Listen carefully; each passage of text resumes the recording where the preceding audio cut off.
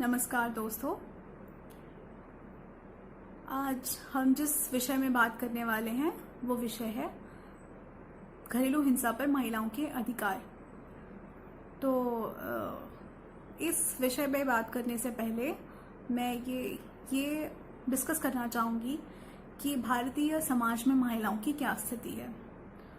तो भारतीय संस्कृति तो इस सिद्धांत पर आधारित है कि यत्र नार्यत्य पूज्यते रमन्ते तत्र देवता, जिसका अर्थ है कि जहाँ महिलाओं का सम्मान होता है वहाँ देवता निवास करते हैं।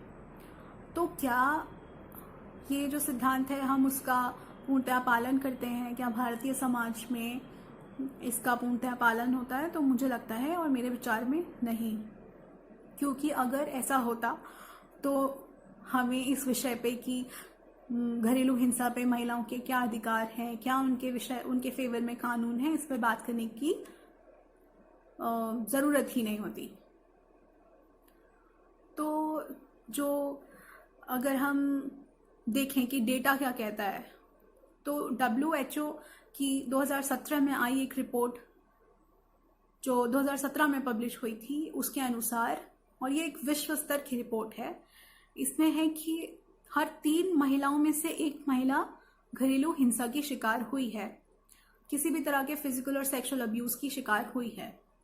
और अगर मैं भारतीय परिप्रेक्ष्य में बात करूं तो गवर्नमेंट के एक सर्वे के अनुसार 31% of the women are subjected to physical abuse और domestic violence, and 75% of those cases of them are not even reported, क्योंकि महिलाएं जो हैं वो सामाजिक और पारिवारिक दबाव के कारण इस विषय पे बात नहीं करना चाहती हैं और वो इस विषय में कोर्ट या पुलिस के पास जाना भी नहीं चाहती हैं।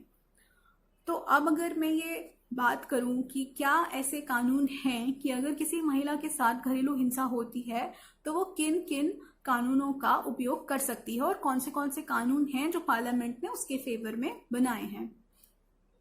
तो इस विषय में जो सबसे प्रचलित लॉ है, मुझे लगता है आप सभी ने उसके बारे में थोड़ा बहुत सुना होगा, घरेलू हिंसा पर महिलाओं के अधिकार अधिनियम 2005। ये अधिनियम जो है वो 2005 में अधिनियमित किया गया और ये term domestic violence was defined in this act. और इस जो घरेलू हिंसा, जिसको कि डोमेस्टिक वायलेंस को हम हिंदी में घरेलू हिंसा कहेंगे, इसको बहुत ही ब्रॉडली डिफाइन किया गया इस एक्ट में। लेकिन इस एक्ट के विषय में बात करने से पहले मैं उन कानूनों के बारे में बात करूंगी जो 2005 से पहले भी लागू थे। तो ऐसे बहुत से कानून थे जो डायरेक्टली और इनडायरेक्टली घरेलू हिंसा के विषय में बात करते थे और उस के विषय में रेमेडी देते थे। तो जो सबसे पहला लॉ है जिसके बारे में मैं बात करूंगी वो है हिंदू विवाह अधिनियम 1956।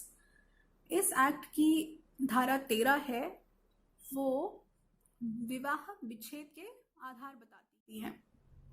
उन लोगों के अगेंस्ट जिनके खिलाफ आपने कंप्लेंट करी है, उनके अगेंस्ट ही आप प्रोटेक्शन ऑर्डर लेंगी कि आपको उनसे प्रोटेक्टेड रखा जाए और उसी हाउस होल्ड में, यानी कि वो जो कल्प्रिट है, यानी कि जो एग्रेसर और अब्यूजर है, वो आपको घर से बाहर नहीं निकाल सकता है। और ऐसे भी केसेस हैं जहां पे कोर्ट ने उस अग्रेसर को, यानी कि जिसने फिजिकल वायलेंस या डोमेस्टिक वायलेंस किया है, उसको उसके खुद के घर से भी निकाल दिया है, क्योंकि महिलाओं के फेवर में प्रोटेक्शन ऑर्डर ग्रांट किया था इसलिए।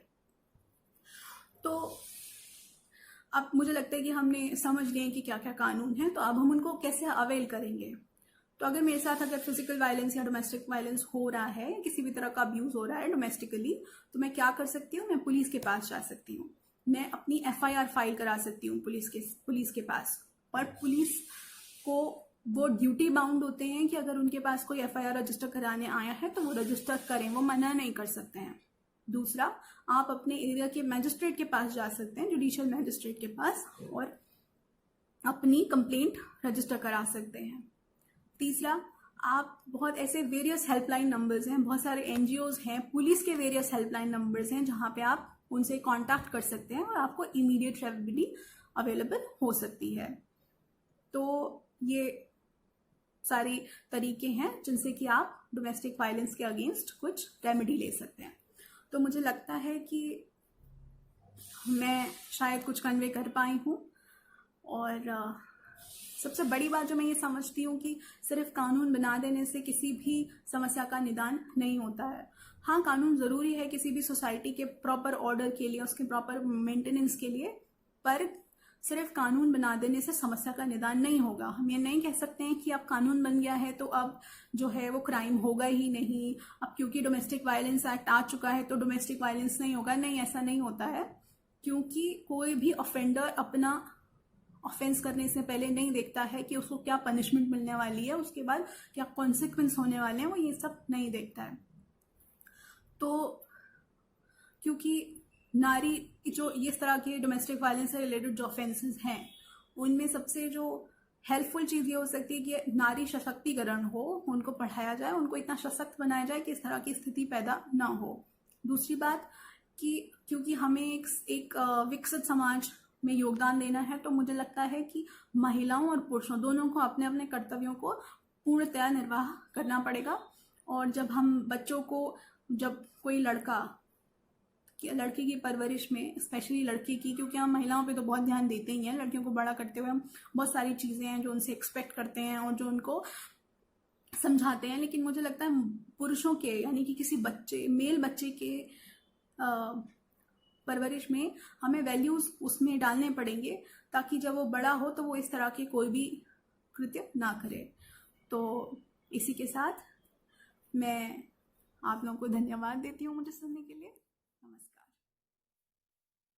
तो अब अगर मैं ये बात करूं कि क्या ऐसे कानून हैं कि अगर किसी महिला के साथ घरेलू हिंसा होती है तो वो किन किन कानूनों का उपयोग कर सकती है, और कौन से कानून हैं जो पार्लियामेंट ने उसके फेवर में बनाए हैं। तो इस विषय में जो सबसे प्रचलित लॉ है, मुझे लगता है आप सभी ने उसके बारे में थोड़ा बहुत सुना होगा, घरेलू हिंसा पर महिलाओं के अधिकार अधिनियम 2005। ये अधिनियम जो है वो 2005 में अधिनियमित किया गया, और ये term domestic violence was defined in this act. और इस जो घरेलू हिंसा, जिसको कि डोमेस्टिक वायलेंस का हम हिंदी में घरेलू हिंसा कहेंगे, इसको बहुत ही ब्रॉडली डिफाइन किया गया इस एक्ट में। लेकिन इस एक्ट के विषय में बात करने से पहले मैं उन कानूनों के बारे में बात करूंगी जो 2005 से पहले भी लागू थे।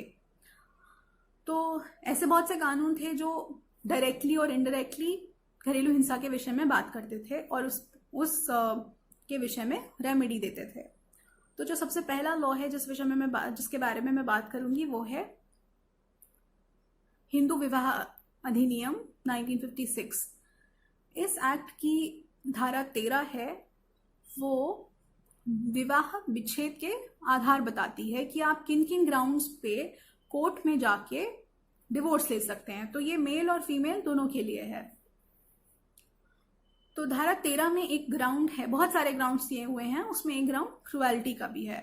तो क्रुएल्टी का ग्राउंड ये है कि अगर किसी भी शादी में मेल या फीमेल पार्टनर्स के साथ में अगर क्रुएल्टी करता है उनका रिस्पेक्टिव पार्टनर, तो वो उस आधार पे जाके कोर्ट से विवाह विच्छेद मांग सकते हैं। तो क्या अब ये है कि सिर्फ फिजिकल अब्यूज ही जो है वो क्रुएल्टी होगा, कि सिर्फ ब्रूजेस या मार्क्स या शरीर पे निशान जो होंगे वही क्रुएल्टी को जस्टिफाई करेंगे, कि हम उनको दिखा के ही बता सकते हैं कि हमारे साथ क्रुएल्टी हुई है? नहीं। कोर्ट ने ऐसे बहुत सारे जजमेंट दिए हैं जिनमें कि ये बोला है कि mental cruelty, emotional cruelty, sexual cruelty is also cruelty with in the meaning of section 13। तो यानी कि अगर किसी के साथ में मानसिक प्रताड़ना भी होती है तो वो भी क्रुएलिटी ही होगी, और उस मानसिक प्रताड़ना के आधार पर भी कोई महिला जाके अपने पति से तलाक या डिवोर्स ले सकती है धारा 13 में। तो जैसे कि मैंने कहा कि फिजिकल क्रुएलिटी ही जरूरी नहीं है। ऐसा एक केस है कि जहाँ पे सुप्रीम कोर्ट का जजमेंट है, उसके फैक्ट्स इस तरह से हैं कि एक महिला का पति उसके साथ में इस तरह की मानसिक प्रताड़ना करता था कि जब वो रात को सोती थी तो उसको बेड से बांध देता था, उसके ऊपर एक बर्तन पानी का टप लगा देता था, जिससे कि पानी की बूंदें लगातार उसके सर पे टपकती रहती थी और वो सो नहीं पाती थी। तो आप देख सकते हैं कि किस हद तक उसके साथ में मानसिक प्रताड़ना होती है। और ऐसा कोई एक केस नहीं, ऐसे मैं आपको एम्पल अमाउंट ऑफ केसेस बता सकती हूँ जहाँ पे बहुत ही एक बहुत ही घृणा, जहां आपको घृणा हो जाए, इस तरह की मानसिक प्रताड़ना महिलाओं के साथ होती है। तो उस मानसिक प्रताड़ना को भी कोर्ट ने क्रुएलिटी में डाला है और उस ग्राउंड पे आप फिर विवाह विच्छेद कर सकते हैं। जो दूसरा जो कानून जिसके बारे में मैं बात करूंगी वो भी बहुत प्रचलित रहा है अभी 2018 में, तो बहुत ही ज़्यादा for wrong reasons it became infamous. तो वो था 498A यानी कि 498A। इस कानून के अनुसार किसी विवाहित महिला का पति या उसका पति का रिश्तेदार उसके साथ में क्रुएलिटी करता है और वो क्रुएलिटी डाउरी की डिमांड के लिए होती है, तो वो 498 में फॉल करेगा और आप उस धारा का सहारा ले सकते हैं और उसके अंदर कोर्ट या पुलिस के पास जा सकते हैं। तो ये भी एक ऐसा कानून था जो कि फिजिकल वायलेंस और डोमेस्टिक वायलेंस से रिलेटेड था। ये आईपीसी जो हमारी है वो 1860 से एनफोर्स्ड है और ये जो कानून यानी कि 498A है ये 1986 में इंसर्ट किया गया था बाय वे ऑफ अमेंडमेंट।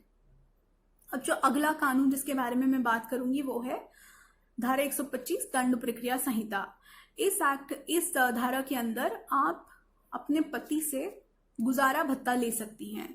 यानी कि अगर आपका पति आपको फाइनेंशियल और इकोनॉमिक सपोर्ट नहीं कर रहा है, जो कि उसका एक दायित्व है, और वो अगर अपने दायित्व का निर्वाह नहीं कर रहा है, तो आप कोर्ट के पास जा सकते हैं और गुजारा भत्ता ले सकते हैं।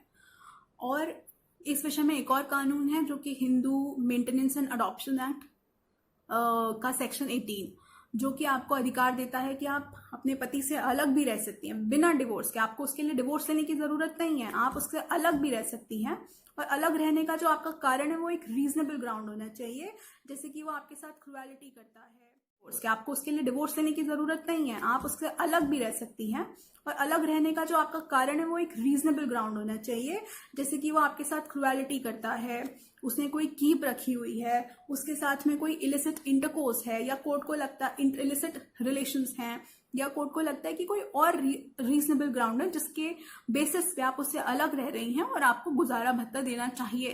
तो कोर्ट धारा 18 में Hindu maintenance and adoption act की धारा 18 में आपको मेंटेनेंस दे सकता है।